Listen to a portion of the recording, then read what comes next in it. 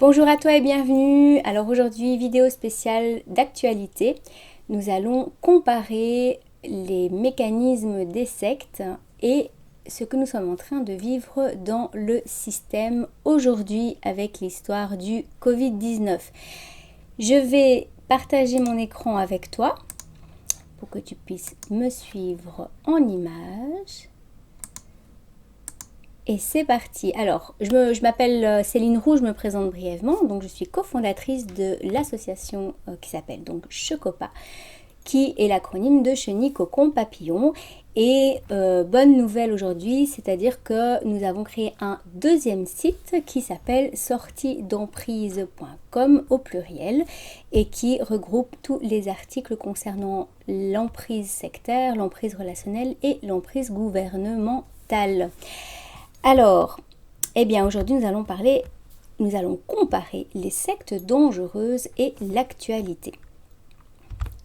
Alors, j'ai pris comme référence une source pour voir les caractéristiques des personnes qui ont étudié les sectes qui s'appelle l'UNATFI, qui est l'Union nationale des associations de défense des familles et de l'individu victime de sectes. Donc je ne te conseille absolument pas cette association pour être accompagnée. Par contre, pour comprendre comment fonctionne une secte, c'est parfait. Alors, je ne te conseille pas trop cette association au niveau humain parce que les personnes qui ont été là-bas ont fait les frais de comprendre que finalement c'est une secte qui se bat contre une autre secte. D'ailleurs, on a plusieurs personnes qui viennent après chez nous demander de l'aide parce qu'elles ont été flouées par ce genre d'association. Mais voilà, il faut savoir que les directeurs de ces associations sont juste tous francs-maçonniques. Alors, par contre, le travail qu'ils ont fait concernant les sectes, il est fabuleux et ça va te permettre d'avoir une référence de ce système pour comprendre comment fonctionne ce système et je trouve ça génial et d'ailleurs je suis 100% d'accord avec les caractéristiques dont ils ont nommé les groupements sectaires. Et donc ce que je te propose de faire comme exercice, donc on va avoir 2 pages ici de texte, c'est de pouvoir faire la transposition entre ce que l'UNATFI a nommé par rapport aux dérives sectaires et donc les caractéristiques qu'ils ont données, et puis tout simplement ce qu'on est en train de vivre en ce moment pour voir ce qui colle ou ce qui ne colle pas, pour pouvoir voir si nous vivons dans un système qui est sectaire ou pas. Alors pour qualifier un groupe de secte, nous allons retenir le critère de la nocivité et de l'extrême dangerosité du groupe par la conjonction de 3 caractéristiques. La manipulation mentale, ça je pense que si tu me suis, tu dois bien connaître les caractéristiques de celle-ci. Une triple destruction et une triple escroquerie. Premièrement, la manipulation mentale. On va parler de l'endoctrinement. Alors je te rappelle que l'endoctrinement, il y a quand même la racine du mot doctrine, donc c'est vrai que là on est quand même dans des choses qui sont religieuses, mais on peut transposer ça à toutes sortes de croyances finalement, croyances philosophiques ou même toutes les croyances du moment qu'elles sont répétées régulièrement et qu'on doit suivre ça pour être inclus dans un groupe et pour ne pas être rejeté. Donc il y a l'endoctrinement, le contrôle de la pensée. Je te laisse transposer ça avec les médias. La mise sous dépendance. Je pense qu'au niveau de la technologie, on est tous beaucoup là-dedans. Et puis, les pressions. Alors, tu vas voir après ces 2 pages de présentation comment on peut voir comment on vit les pressions en ce moment. Alors, cette manipulation utilise 3 registres de techniques. Alors, j'ai souligné ce qui me paraissait important. Le premier, c'est le bourrage de crâne.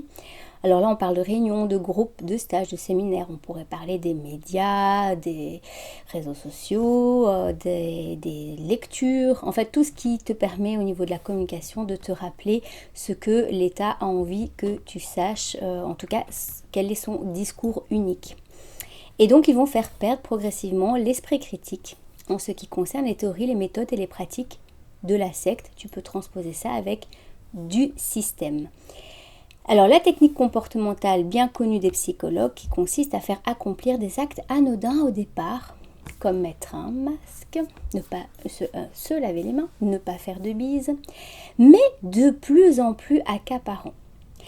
Qui vont faire quoi? Parce que c'est ça bien le but recherché. Alors tu peux aller voir sur sortiedemprise.com, ça va sortir bientôt dans le blog, un article sur les rituels. Tu vas voir, je pense que c'est même dans une page, tu vas voir que le rituel, il a une manière de pouvoir soumettre les personnes et de contrôler la pensée.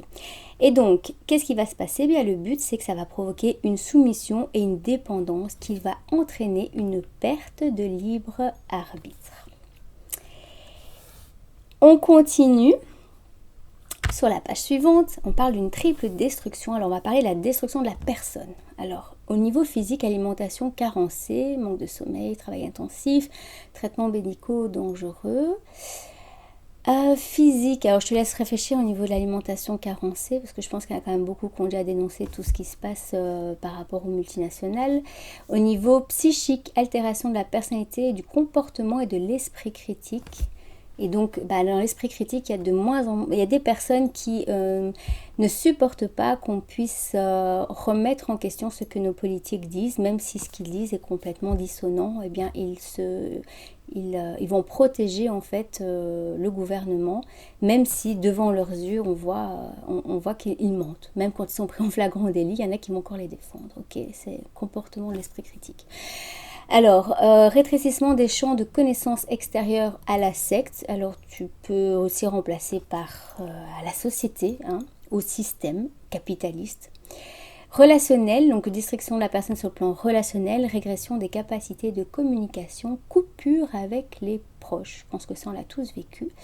Et au niveau social, rupture avec la société. Alors là, je te laisse réfléchir si c'est la société qui nous coupe avec nos proches, nos amis, et finalement avec nous-mêmes, c'est-à-dire qu'on n'a plus la capacité de savoir ce qui est bon pour nous ou pas, et on doit s'en référer à l'État pour savoir quand, comment se laver les mains.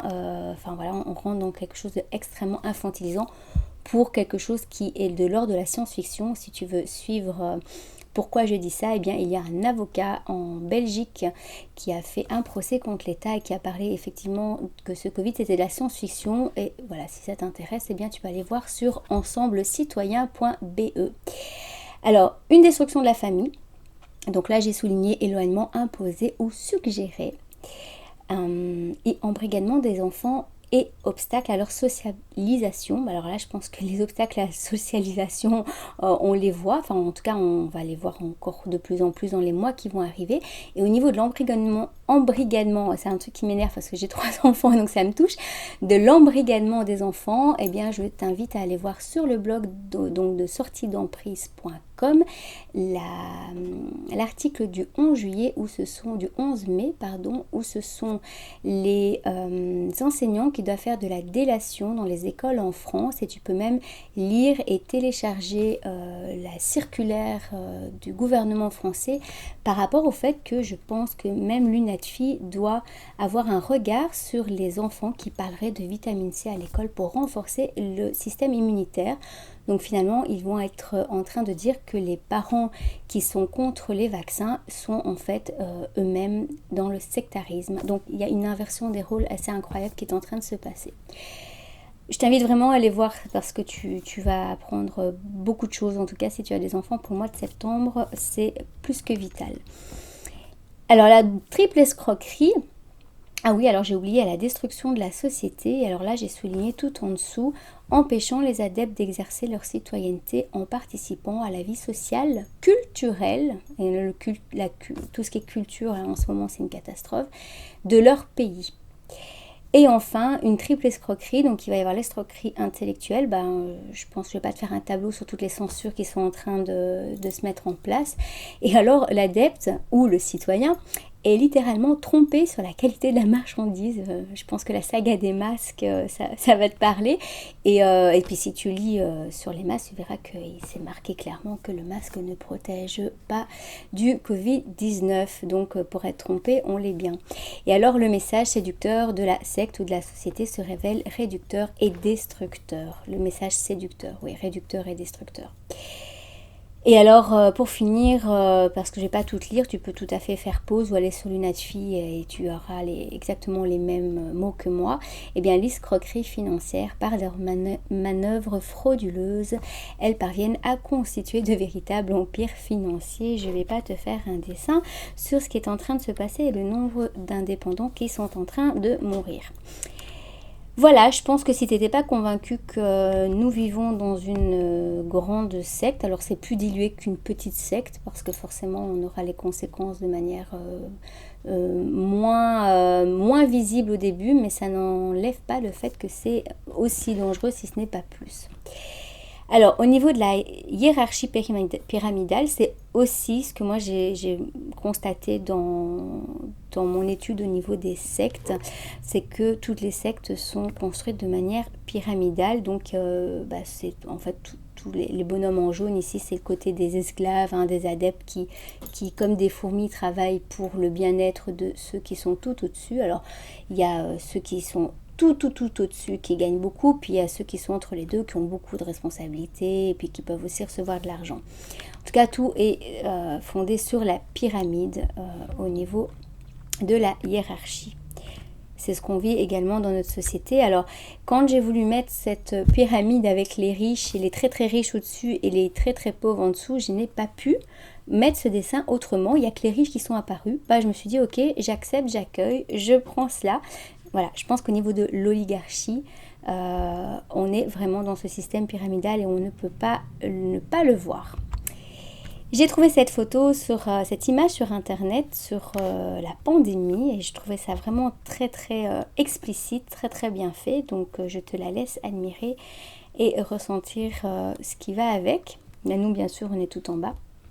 Et la comparaison avec les sectes, eh bien, c'est que les sectes, elles vont prôner la fin du monde parce que pour pouvoir t'apporter une espérance ou autre chose, eh bien, il faut bien te faire très très très peur sur le fait qu'il va y avoir des choses terribles qui vont se passer, quitte à soi-même produire la chose terrible et comme ça on peut contrôler tout à fait les gens et prouver que ce qu'on a dit avait raison.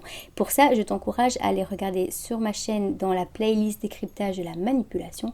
J'ai fait une vidéo sur une interview de Bill Gates et tu vas voir que la manière dont Bill Gates parle dans son interview est exactement la même construction que les discours donnés au sein des sectes. Et donc, s'il y a une fin du monde ou une grande pandémie, eh bien forcément, il y a un sauveur. D'ailleurs, j'ai écrit le mot gourou en langage des oiseaux, donc ce n'est pas une faute. C'est au niveau phonétique, on se gourre où finalement. Et donc, le but du sauveur, c'est de te dire que tu as besoin de quelqu'un à l'extérieur de toi et que la solution, elle est extrêmement évidente, mais qu'il n'y a qu'une seule solution, un seul moyen de salut. Et donc là, tu l'auras bien compris, ce moyen de salut, c'est pas les textes sacrés, puisque là, on n'est plus dans les petites sectes religieuses, on est dans l'autre secte qui combat tout ça, c'est la science, et donc ils ont leur solution qui est le vaccin. Donc en fait, le but, c'est de te dire qu'en gros, il n'y a pas d'autre solution possible. Eux, ils ont étudié la question, ils savent mieux que quiconque, il est impossible que ton système immunitaire puisse t'aider. Donc tout ce qui est en toi, en gros, n'a aucune valeur. C'est tout ce qui est à l'extérieur de toi, en tout cas le seul moyen de salut que eux ont décidé, qui sera acceptable par eux et ils vont tout faire pour te l'imposer. Sinon, c'est pas une secte, puisque le but c'est de t'empêcher d'avoir ton libre arbitre. Alors, comment on va faire pour ça? Eh bien, comme les sectes, on va faire une pression sociale. C'est-à-dire que moi, j'ai déjà eu des retours de personnes qui ont dit « Mais si tu n'es pas d'accord avec le masque, en fait, tu es égoïste, tu n'es pas une bonne citoyenne. » Et donc, j'ai fait aussi une vidéo sur l'autocontrôle. Et donc, tu pourras voir que finalement, on va utiliser l'autocontrôle par les autres citoyens. Donc, c'est les autres citoyens qui vont, comme dans la pyramide des adeptes de la secte, c'est eux qui vont prendre en charge les dissidents, en fait, si tu veux. Et donc, comme ça, l'État, il ne doit pas courir après nous, puisque le citoyen s'en occupe.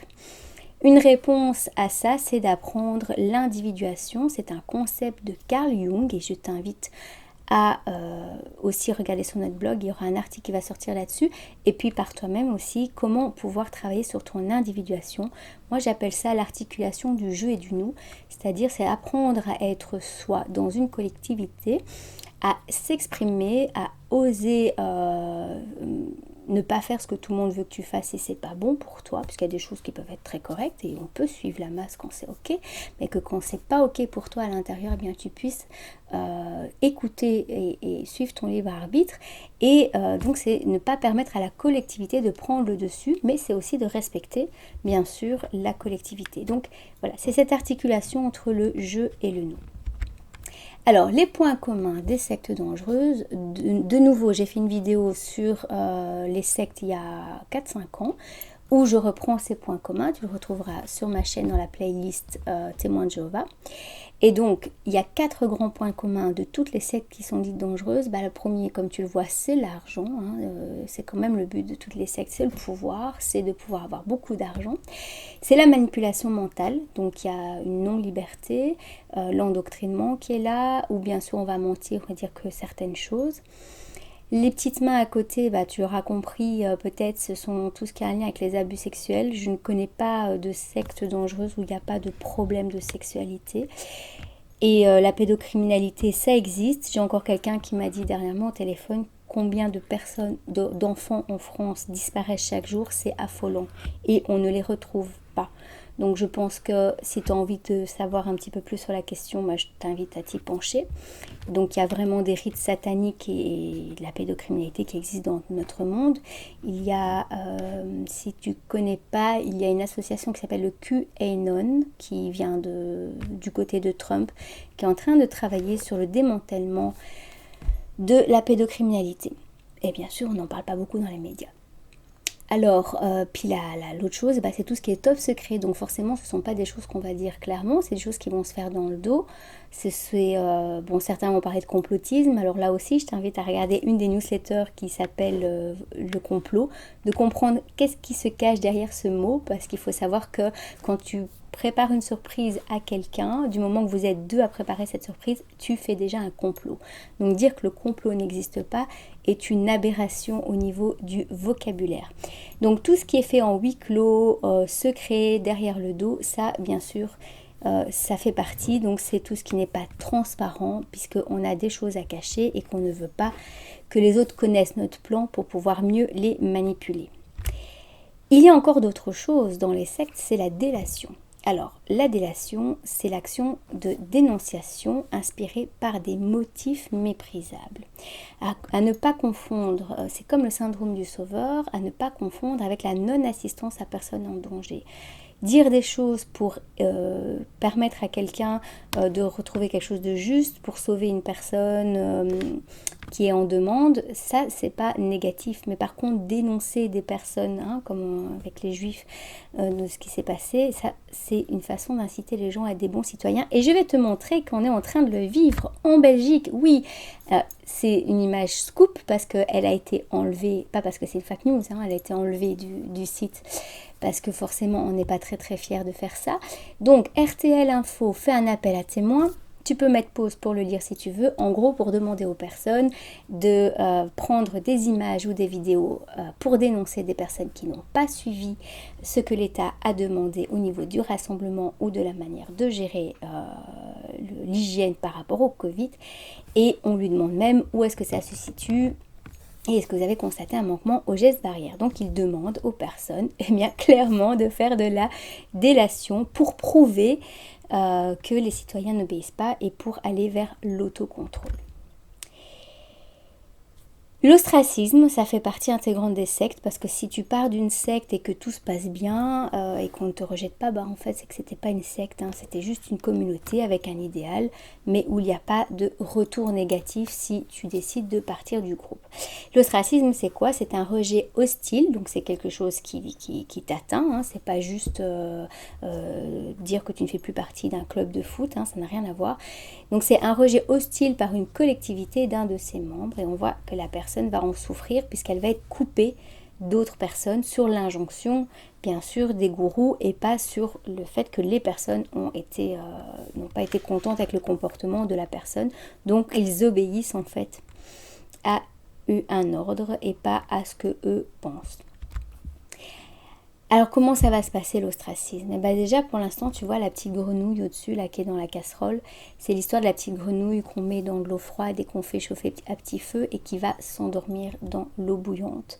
Alors que si on avait jeté la grenouille dans de l'eau bouillante, eh ben, elle aurait tout de suite senti, elle serait partie. Donc le fait d'avoir fait ceci, d'avoir mis la grenouille dans l'eau avant de chauffer, eh bien c'est ce qu'on est en train de vivre en ce moment, c'est que petit à petit on perd nos libertés individuelles, on vit la pression sociale, mais comme ça se fait pas à pas, finalement, eh bien comme l'humain dans le changement, il se rend bien compte des gros changements et pas des petits, eh bien c'est une manière de pouvoir arriver à une fin d'ostraciser ceux qui n'obéiraient pas. Comment ça va se passer l'ostracisme? Au début, on va te dire, si tu t'acceptes pas de mettre le masque, tu n'as pas de travail. Puis il n'y aura pas d'école au mois de septembre. Puis il n'y aura pas de voyage. Puis tu ne pourras pas aller faire tes courses dans le magasin, ce qui est déjà le cas. Tu ne peux pas prendre le transport en commun. Et puis après, tu n'iras plus dans les lieux publics ni dans les parcs. Ok, ça c'est au niveau du masque. Et puis après, je te laisse faire les mêmes phrases avec le vaccin. Et puis après, on ne sait pas, il y aura peut-être encore d'autres choses. Alors, le but de cette vidéo, c'est pas très très agréable. Ici, on est juste dans l'éveil, donc de savoir, finalement, est-ce qu'on n'est pas en train de vivre dans une secte et que, comme la grenouille, on est tellement déjà dedans qu'on s'en rend pas compte. Alors, je t'invite à développer ton esprit critique. Si tu es déjà convaincu, tant mieux. Alors suis-moi la semaine prochaine où il y aura une vidéo avec des idées constructives pour pouvoir sortir de cette emprise gouvernementale. Et puis je t'invite à aller voir notre site sortiedemprise.com. Le site chocopa.be est toujours d'actualité, seulement ce sera plus au niveau des formations et des accompagnements, et sortir d'emprise, c'est au niveau de tout ce qui peut t'aider à ouvrir les yeux et à reprendre ta vie en main. Et donc le but, c'est de pouvoir te permettre de garder ton libre arbitre et de rester dans ta pleine conscience pour pouvoir aller vers ton éveil et le pourquoi tu es sur Terre. Voilà, alors je te souhaite une bonne journée. On se dit à la semaine prochaine pour les stratégies gagnantes, constructives et non violentes à la sortie de l'emprise de ce que nous sommes en train de vivre. Une bonne journée à toi!